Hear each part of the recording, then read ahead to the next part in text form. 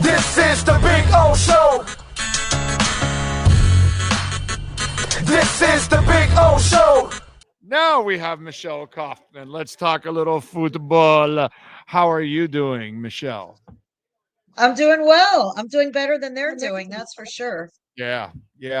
It's funny and it's strange and twisted. We've gone from thinking, okay, there's going to be a team that's going to dominate and going to win a cup for us, maybe two if they can or whatever. Now it's starting to look like Lionel Messi's country club, and they're now starting to look like they're old in this league. And it's the weirdest thing because this is a guy that's removed from winning a championship for Argentina and beating the best in the world just less than 2 years ago. So it's not like all of a sudden he forgot how to play or anything, or the team or whatever. I don't know what is going on, but can you explain what is going on with this squad? Well, if I could explain, I'd be very wealthy. If I could explain, I could be the coach of this team or the GM. Definitely there seems to be, a lack of chemistry on the field. You just see Lionel Messi looking frustrated, which he didn't last year. I don't know. He used to look like he was having so much fun celebrating when other guys scored and everything. And he seems a little bit grumpy, to be honest. He seems like a little bit grumpy lately.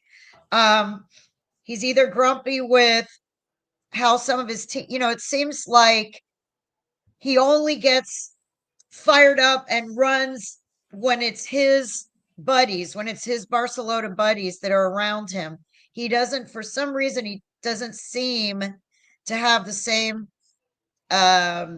trust, I will say, in maybe some of the new guys that they brought in. And they made a big deal about these new guys that they brought in. Tadeo Allende, Talasco Segovia, Lujan, Toto Aviles, Wygant.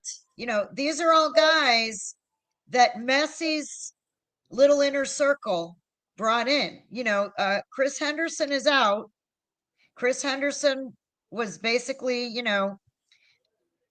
was not fired, he left, but Messi has his people that he trusts and that he's known for a long time, and those people have taken over the scouting department. And the people that they brought in, we were led to believe were all players that were getting a lot of interest in Europe and that are the next big thing. Alan Obando, they bring in this guy, 18 years old. We were led to believe that, I've never seen him play, led to believe that this kid is some phenom. He's 18 from Ecuador. And, he's going to come in, and the idea was that he was going to be Luis Suarez's backup, and that Luis Suarez needs some time off because he was playing 90 minutes every single game. Even when Messi was out, Suarez was playing. What was wrong with Campana? That's what I don't understand at all, dude. Not like Robert Taylor. Like, these are people, especially Campana. He's a player for you, dude. Like, why would you get rid of that guy? That's the guy you need out there next to Messi and Suarez. He's the guy that can alleviate some of the scoring load. The only issue with Campana, as you and I have talked about in his past, was his injuries, and it looked like he had overcome that. I am. Yeah, and he's playing well, and he's in New England now. And he's had a fresh start over there. And then they just seem to be lacking.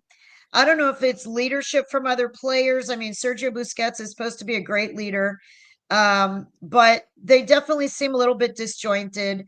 They're getting beat in transition and on set pieces. Most of the goals that they're allowing are because so many players are playing forward, and that Messi is not running back. Suarez is not running back. So that's two, although Suarez was not in this last game.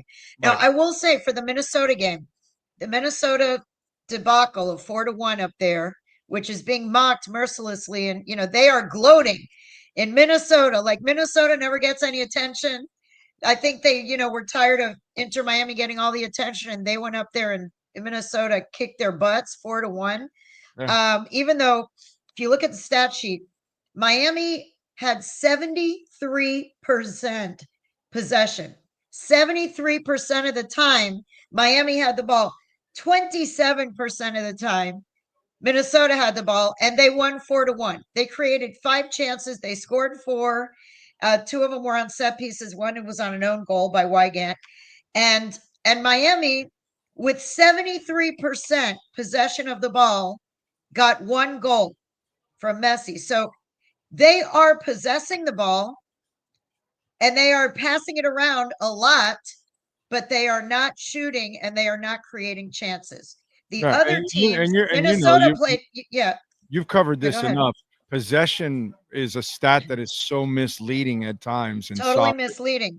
Totally. Yes. It's just like you can, can well, possess just it. like in this game, if you possess 73% of the time, you're thinking, okay, this team is dominating the game. They had the ball at their feet 73% of the time. No, the other team had 27% possession and beats them 4-1. That just shows you how soccer is, and it's just they're not creating opportunities. Now, Fafa was supposed to start this game. Mascherano said afterward that he had changed the lineup for this game.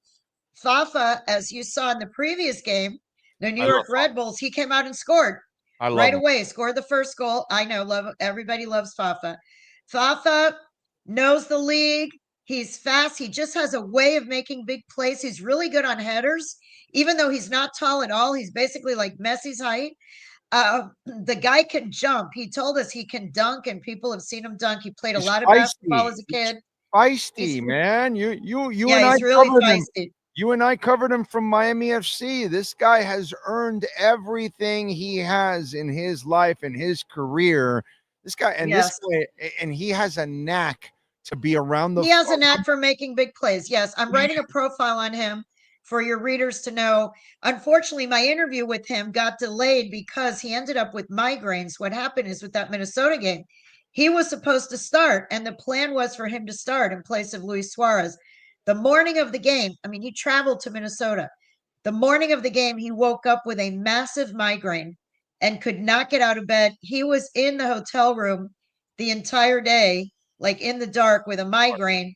And as of Monday, when we spoke to Mascherano, as of Monday, he was still exhibiting symptoms of the migraine, and he was questionable for the game tonight.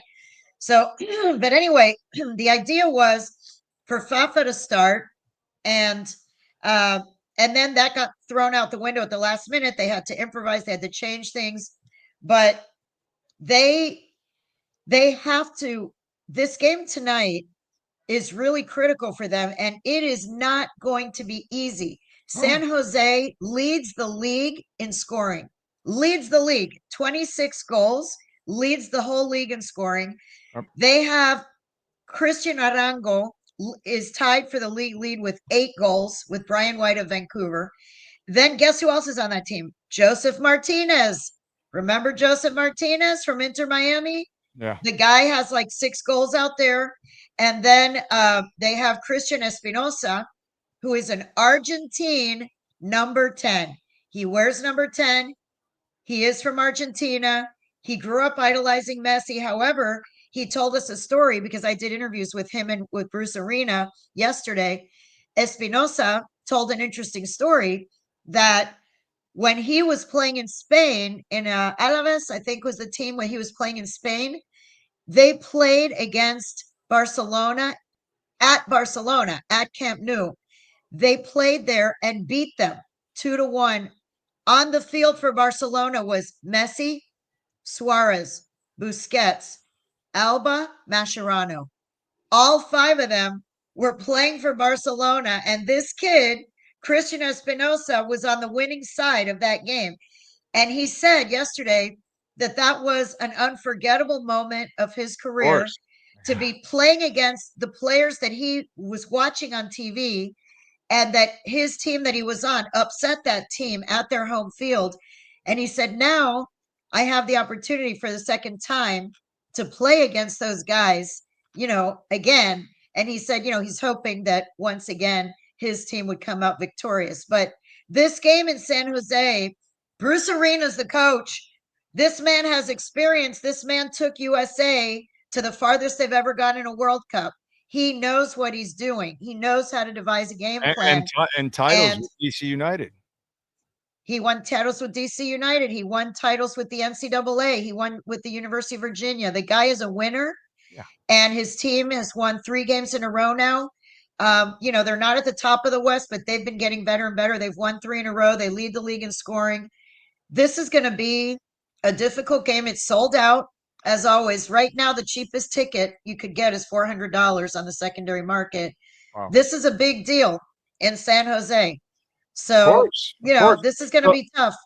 Let me ask you something. I'm not, and I get it. This is why I started the interview with, this has become Messi's country club is what it is. It's like a novelty now. It's just like a retirement tour for Argentine fans in this country. I'm not impressed with the coach. I'm just not, Michelle. You tell me, what do you see from this? They were doing better with Tata. I like Mascherano. I like him he's been great with us in the media. I will say even the toughest questions, he answers them. He seems transparent. He seems like a good guy. I never thought, and this is nothing against Mascherano, I'm just talking strictly now about Tata. I thought Tata did a great job. Tata had that team in first place. He had that team he knows the league. He has won the league. He had coached Barcelona. He had coached Argentine national team. He had coached in Mexico. He had coached in Paraguay. The man had experience. The man had gravitas. He had a certain amount of authority and gravitas, okay? And he had this team in first place all season, even when Messi was out. When Messi was out for 2.5 months and everyone thought they were going to fall apart. Oh my God, what's going to happen? Messi's injured. They stayed in first place. They lost and they set an MLS record. By the way, the team last year, many of these same players with Tata last year, many of these same players, they set the league record for points. No team had ever had that many points in a season. So they had a great season. They won the Supporters' Shield. They lost the series to Atlanta, okay? Brad Guzan played out of his mind. And to be honest, Messi and his friends did not play well in that series. They did not step up. Well, Atlanta had our number last year. Atlanta had our number last year. We only won 1 game against Atlanta last year. That's it. Yeah, Atlanta was just one of those things. But if you look at the overall season, they were on top of the table from beginning until the end. They won the Supporters' Shield. They went to the playoffs and, they did lay an egg in the first round and they lost. And Tata, he says he left for personal reasons. He is such a class guy. He will never say, we will never know. He will never, would never, ever say anything. It seems like he got squeezed out. Okay. So they bring in Mascherano, who's part of the Barcelona guys who played all together. He's 40 years old. He's 2 years older. He's their peer. He's Messi's peer. He's Suarez's peer. He's Busquets. He's Alba. So I just think maybe he has not earned the respect that a coach has to have of the players. He's basically almost like a player coach. I hate to say it. I really do like him, and I don't want to put him down. I know people are trashing him on social media and everything. I think he's. I'm not a fan. I'm not a fan because Messi has turned this into a country club where it's just him and his friends.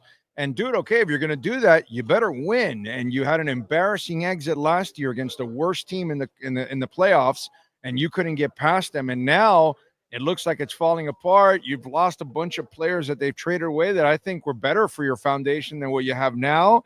And look, I'll add another thing that's gone on. You see what's going on in Portland? Maybe that coach was the guy you should have kept because this guy is not a long-term guy.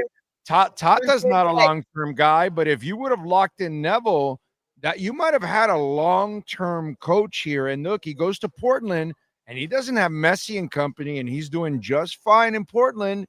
He's doing a damn good job over there. Give him credit.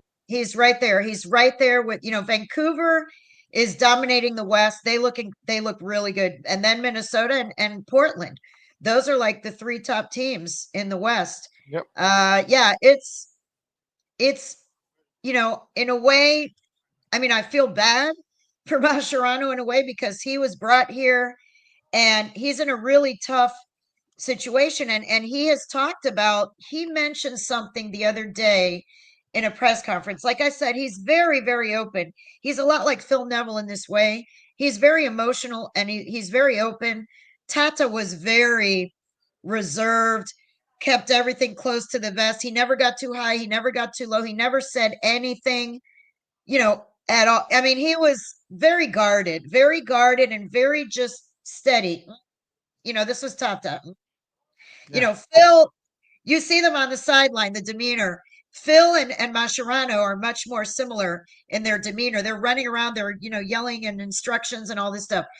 But one thing that Mascherano said the other day that did make my antenna go up, he was talking about, somebody asked him about the difference between being a player and a coach for him.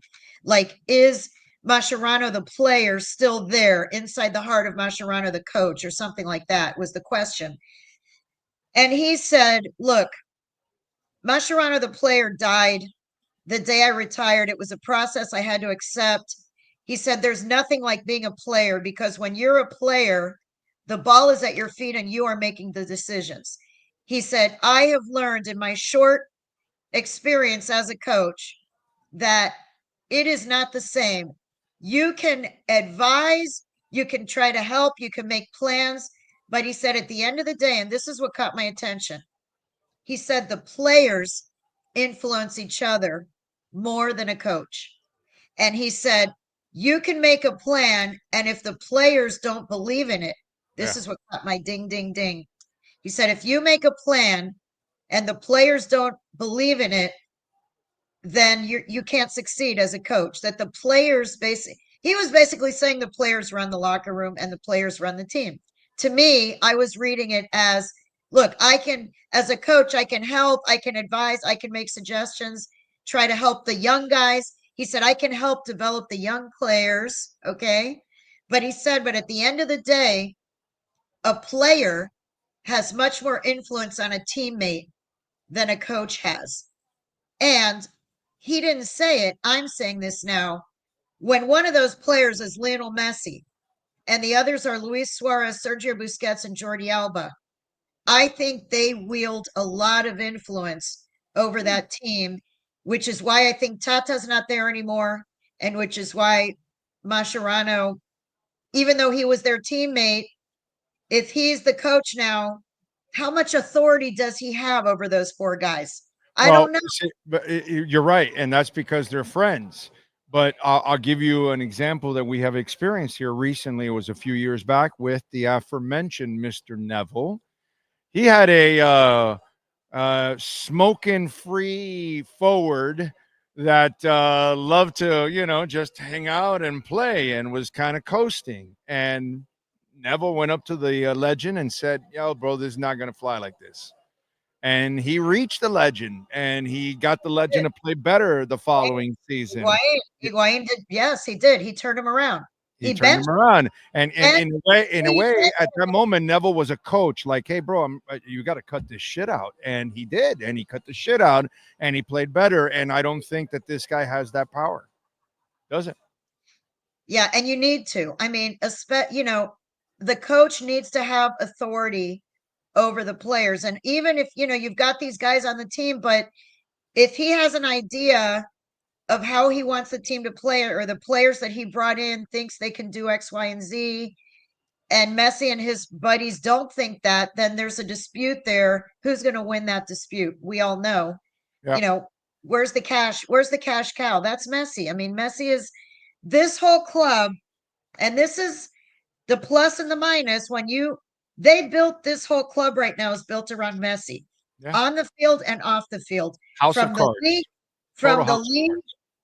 The league and the team. So you've got the best player in the world, which is unbelievable. It was an incredible get. We gave it up to Jorge and Jose Mas and David Beckham. They somehow persuaded the 8-time player of the year and world champion, best player in history, basically, to come play at, at that little rinky-dink stadium over there on Commercial Boulevard.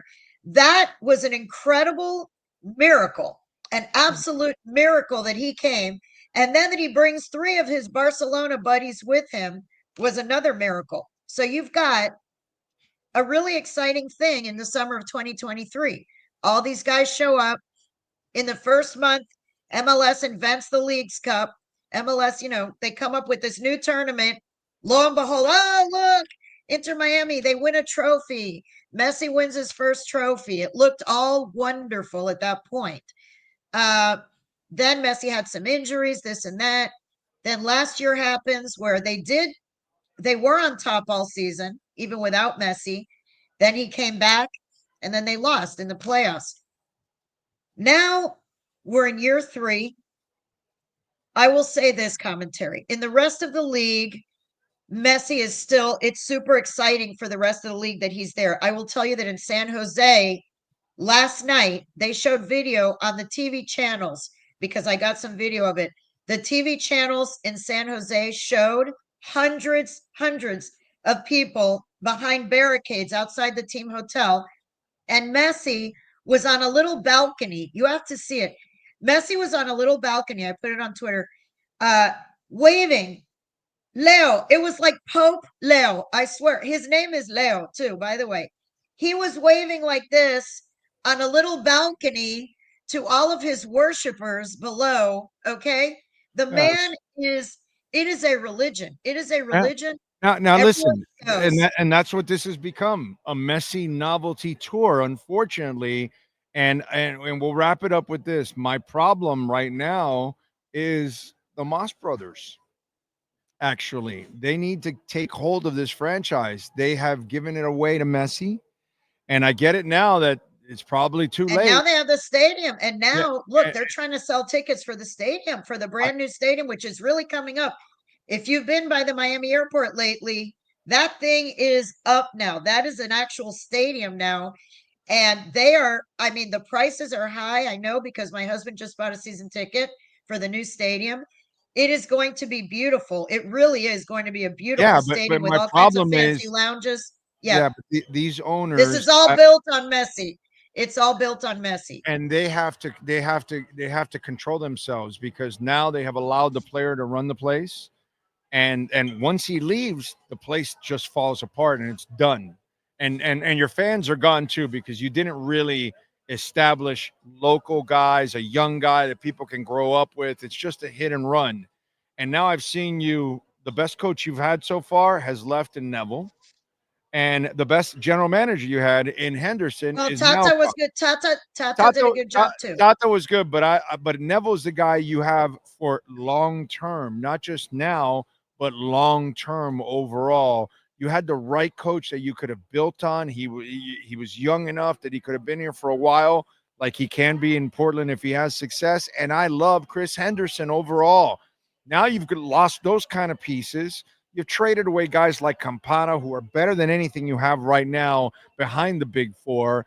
Yedlin, they traded away Yedlin. I liked Yedlin too. Yeah, I love Yedlin. I like he was a fiery leader too. I like Robert Taylor as a supporter coming off the bench too. Yeah. I mean, it's just, I think there's a lot of bad moves being made by the owners. I love that they'll spend and they'll do whatever it takes to win, but that I don't know, overzealous approach, they're not really looking at the big picture and what it is. Like Panther fans they have been able to grow up with a Barkov. Now they're going to get hooked to a Kachuk and a Lundell and that kind of stuff. The Dolphins have done it with players that they've had around for a generation, and the Heat. This was Inter's chance to have Campana grow up with these guys and continue after they leave and build a name with the team. And I think that's another thing that they have failed. They have gone to go get the veterans, but they should have invested in a young guy that they can grow with the brand, and a kid that's going to be a star, and do things like that. I think they think Kremasky is going to be a star. I do think they think Kremasky, Noah Allen has turned out to be good, but he's a defender, so he's not going to be like Right. he's not going to be a billboard name. Right. But That's like wasting McSweetie on one of your DPs. Come on, dude. I mean, that kind of stuff. Yeah, but he's a good player. I like him. I love Kremoski. There's a couple of young guys that I like, but man, Ian Frey. Yeah. Yannick Bright. Yannick Bright. Yannick You got to throw him in. I love Yannick Bright. The guy is really good. Really good. Big time. Yes. Big time. But I just see too many bad decisions, and I wonder if that has set you back, as a franchise. And I wish. Well, they have 10 players from Argentina. There are 10 players now on the roster from Argentina. And so that is what Mascherano and Messi's little inner circle, those are the connections they have. Those are the players that they supposedly know the best, which is why they brought these guys in. But they need to deliver. Those guys need to deliver, because I was told by some people very high up in this organization that this class of players that they brought in this year with this new management, the new scouting people after Chris left, that these guys are going to be, out of this world. I mean, I was really led to believe that fans should be very excited about these young signings, about Segovia and about Dario Allende and about Lujan and about all these guys. Allende started off smoking hot. He started off strong. He did. Smoking hot, and then he completely cooled off after that. That was, but his first couple games were awesome. We're like, wow, who is this guy? That was actually, I think he scored in 4 games. I think he scored 4 goals, right away early, between the preseason and regular season. So he's struggling a little. He said that he's struggling with his confidence right now, that he's trying to get it back. So let's hope so. We'll see. Big game against San Jose. They have San Jose tonight, and then they have Orlando Sunday. Purple people are showing up on Sunday. Yeah, big week. Very big week for them.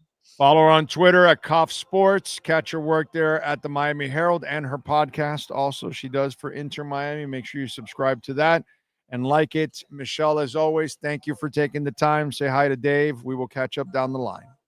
All right. It's always fun to talk to you, Big O. Take care. Thank you. There you go. The great Michelle Kaufman from the Miami Herald, Kauf Sports.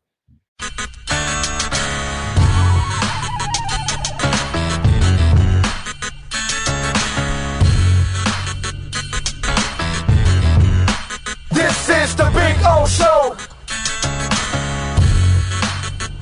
This is the Big O Show.